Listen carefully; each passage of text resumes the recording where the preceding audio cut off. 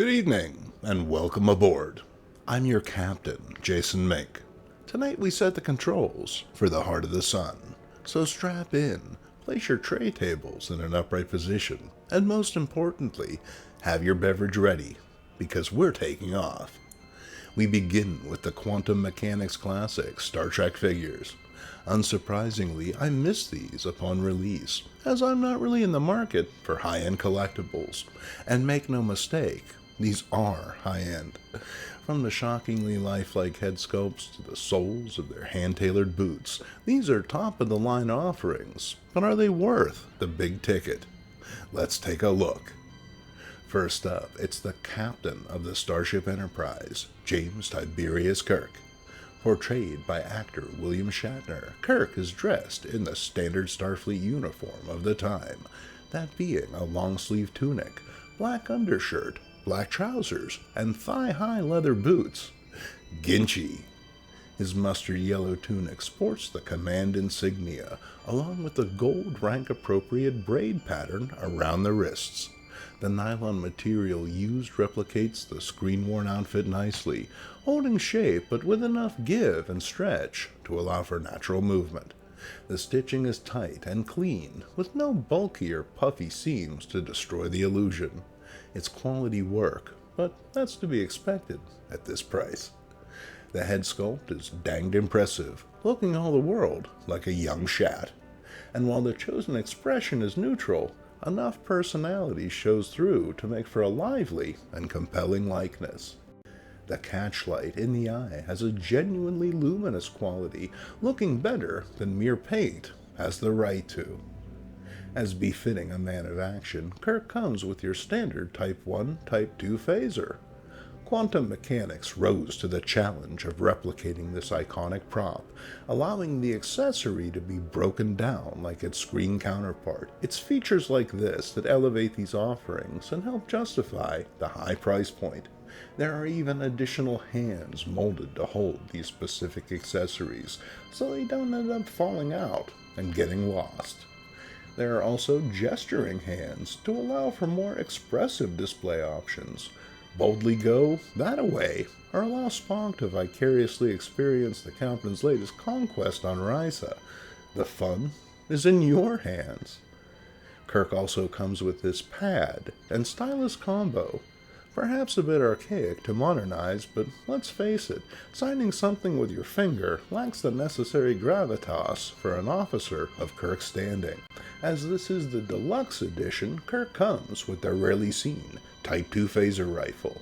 As weaponry goes, it lacks the sleek technological sophistication of a hand phaser, but I reckon it's better to have one than not.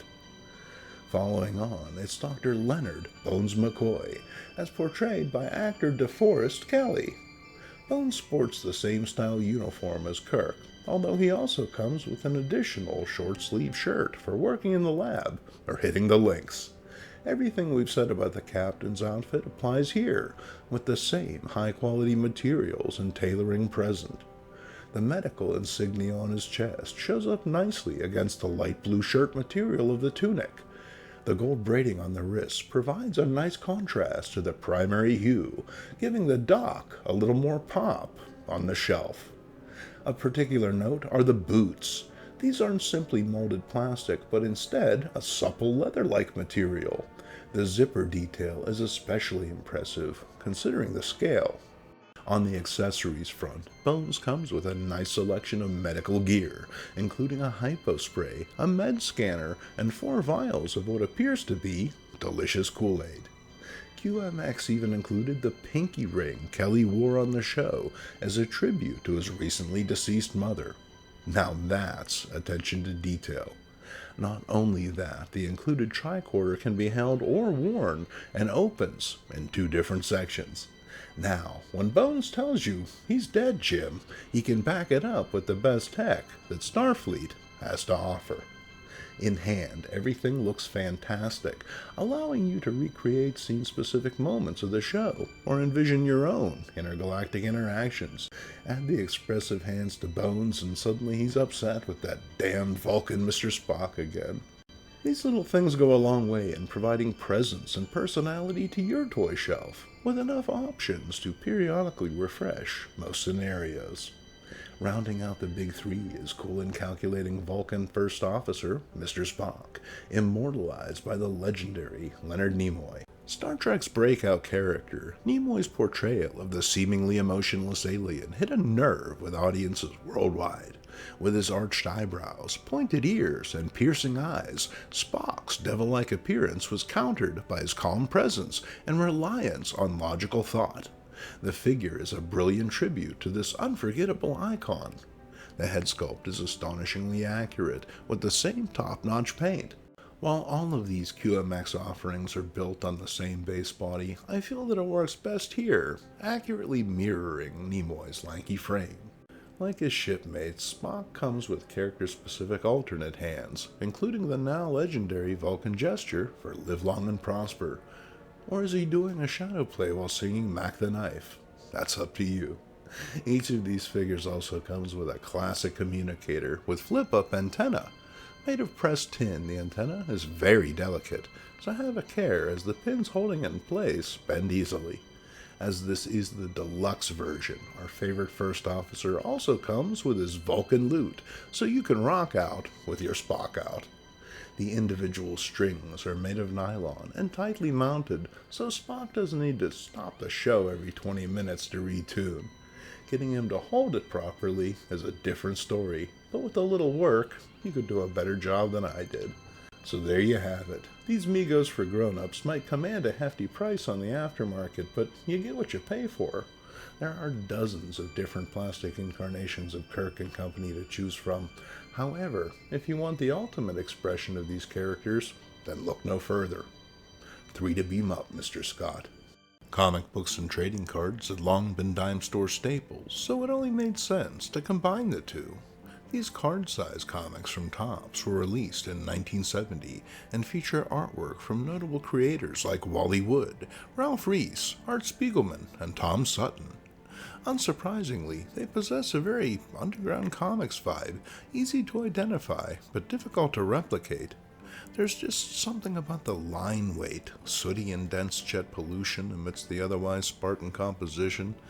As far as the jokes themselves, it's fairly standard stuff. Their lack of hygiene and willingness to stand out made hippies easy targets, but hey, it's all in good fun. Honestly, it's nice to see a little irreverence again after years of humorless shrews pounding every peg in popular culture into the ground. And it's not just counterculture types that get the business.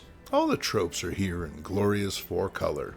From funny animals to fat jokes, Topps made it a point to produce something for everyone in this 44 comic series.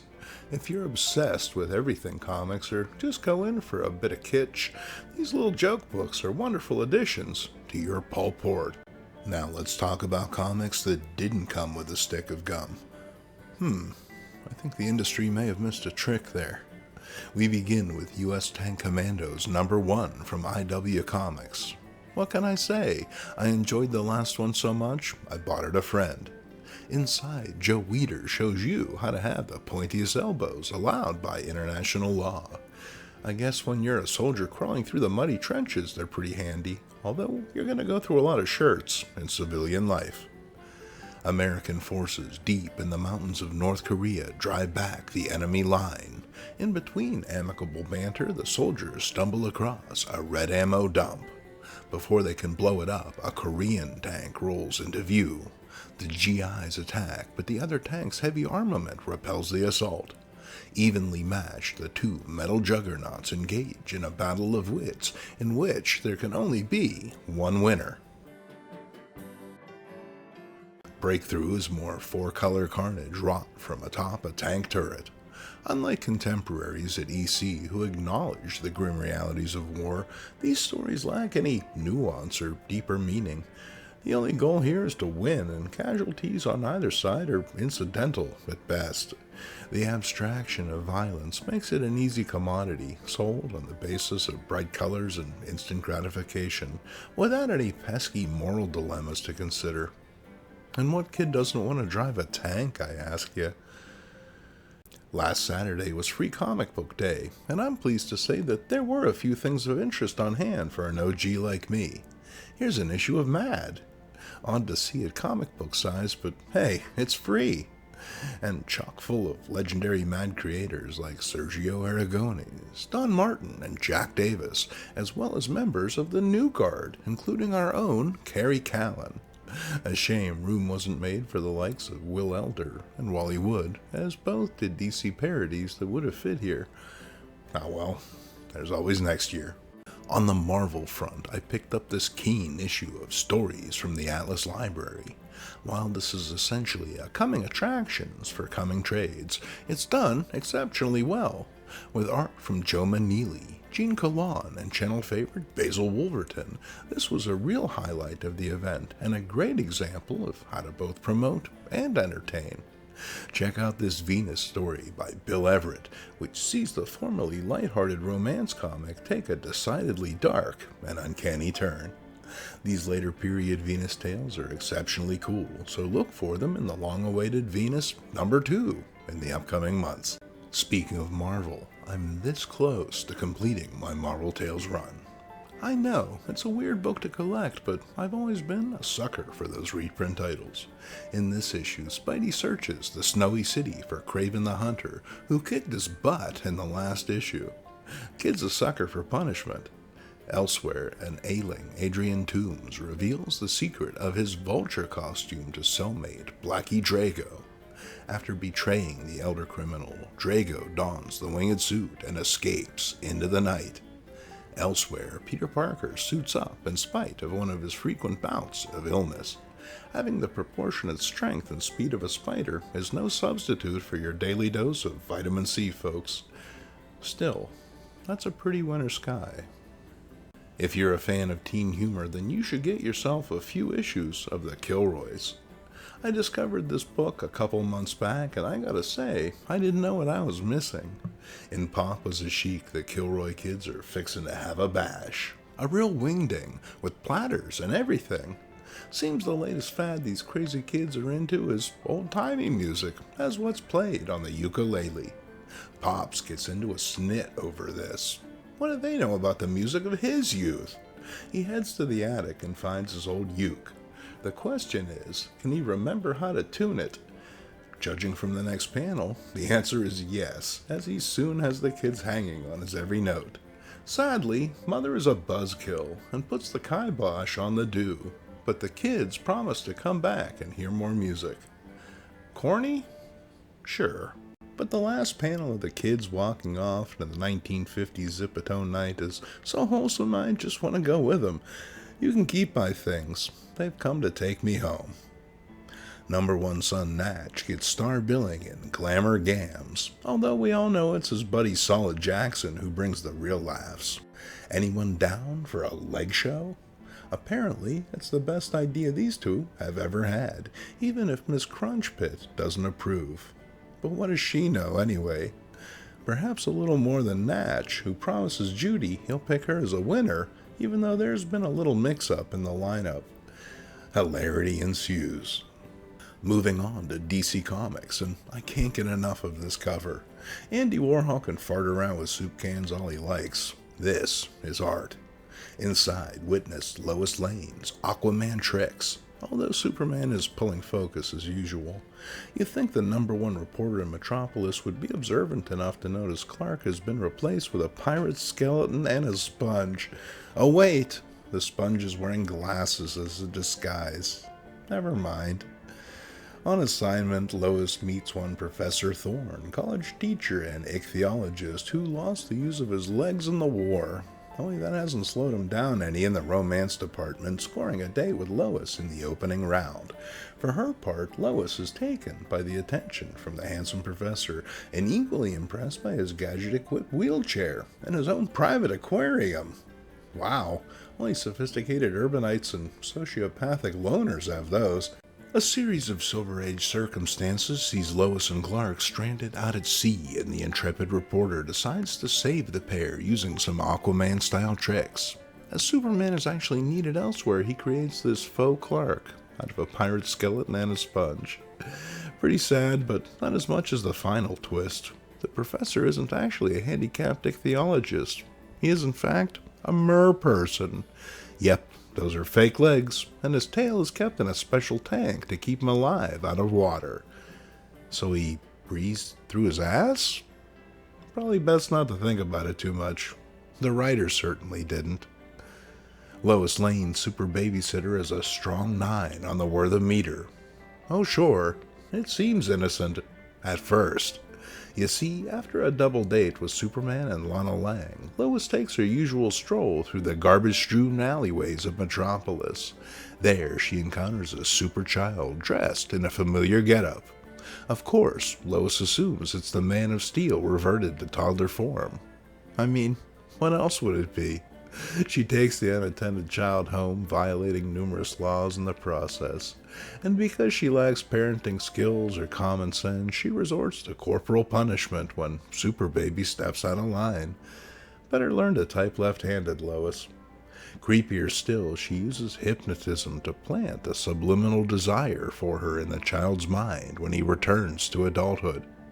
And they say that things were more innocent back then. A proper adult Man of Steel shows up, whisking Lois and Lana off to the Fortress of Solitude to resolve this whole wackadoodie mess. Watching the scene on Picture-Picture, we discover the kid is an alternate reality Superman who was de-aged during an experiment. When he eventually switches back to adult form, he proposes to Lois. And then to Lana. Turns out, bigamy is legal on this alternate world, so it's all Jake. Right. As if these two could split cab fare, much less a husband. Next, it's a Silver Age selection from World's Finest, featuring the calamitous crimes of Clayface. But I thought he was in jail. Well, he was. But the last time he was free, he snuck back to the prison yard and hid a vial of his transformative serum for just such an event. I'm not sure if that's genius or just pathetic, but he's able to escape, and that's what's important. Odd to see the dynamic duo at an afternoon baseball game. Kinda kills the mystique. And I'm sure the general manager was apoplectic. Damn it, Souvenir Bat Night was last week. At any rate, Clayface assumes Superman's form and powers and flies around wreaking havoc. Fortunately, Batman carries a chunk of kryptonite on him at all times. Weird considering these guys are meant to be best friends. That'd be like me carrying around a picture of this guy. Isn't that right, Dave? I know the Doom Patrol is considered a strange book, but I often forget just how strange it is. Meet the Spawns of the Holocaust, a kooky trio set upon scorching the earth and crushing its inhabitants. Although, maybe not in that order. Ar, and Ear attack Midway City, smashing buildings and terrorizing the citizenry. Luckily, the Doom Patrol are on hand. They try and befriend the rampaging giants, but the Spawns are pretty committed to their destruction and fight on. At the same time, Madame Rogue battles her own split personality, literally bisecting into two separate beings. It's out of left field stuff, the sort of thing that DC seemed to excel at in the Silver Age. Bruno Premiani's artwork truly suits the title, ably illustrating Arnold Drake's fever dream of a script. It's a book that folks just don't seem to talk enough about. Elastic Lad Jimmy and his Legion romances concerns the courting rituals of the Olsen, a noble and savage creature that everybody seems to want a piece of. To wit, an apprehensive Jimmy waits for date Lucy Lane to arrive, but when she does, we discover that she's a real... well, she's just awful is what she is. It seems nothing Jimmy does is good enough for this jaded Jezebel, but then the expected happens. Legionnaires, Ultra, and Sun Boy appear in their time sphere. It seems Jimmy is needed. In the future! He leaves Lucy to stew in her own bitch juices and zips on out to the future. Seems most of the Legion are busy averting crises elsewhere in the galaxy, so Jimmy's elastic abilities are required. First, he gets a hug from Triplicate Girl for collaring a criminal by transforming into a human labyrinth. If he was willing to rent himself out as a bouncy castle on weekends, he could retire at 30. Next, Triplicate Girl plants a big wet one on him, so the PDA is coming fast and furious. Finally, he goes off on a mission with Saturn Girl to help with a stampede of ornery animals. To stop this pointy trunk pachyderm, Jimmy emulates its serrated snout. I think this is called docking. And Saturn Girl really seems to go for him, but before he can wax the deck, he's forced to return to his own time. And it turns out this whole thing was just a sneaky little scheme on the girl's part. They weren't into Jimmy at all. They just wanted to make Lucy eat crow. Nice to know there's no pressing problems in the future for these three to bother with, huh? The goose with the golden eggs is exactly what it sounds like. Hey, you try coming up with 2 new Jimmy Olsen stories a month and see how quickly you start ripping off fairy tales. Jimmy and his fan club travel up a cursed mountain path, but only Olsen is brave enough to enter the Wizard's Cave. Inside lie all manner of treasures. Presumably the Holy Grail, Excalibur, and the Philosopher's Stone are all just within reach, but Jimmy goes for the bird. With Amanda the Goose in tow, he treks back home determined to discover the magic word that compels her to lay. What follows is your typical Olsen romp, with the magic word 4 being inadvertently uttered several times without Jimmy noticing. In spite of a lack of golden eggs, Jimmy develops a powerful bond with the goose, one she seems to share.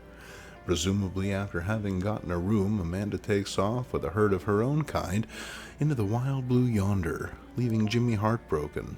He heads to Lucy Lane's house for dinner, where they enjoy, you guessed it, a goose dinner. That's right, circumstances see Jimmy eat the very bird that loved him. Shakespeare himself couldn't have penned a more poignant tragedy. And there you have it. Thank you to Tony B., David E., and another anonymous viewer for supporting the channel. If you enjoyed the show, you can show your appreciation by buying Mink a drink at the link below. It helps us produce even more of the old comics content that you enjoy so much. Thanks for tuning in. Until the next time, I'm Jason Mink. Cheers.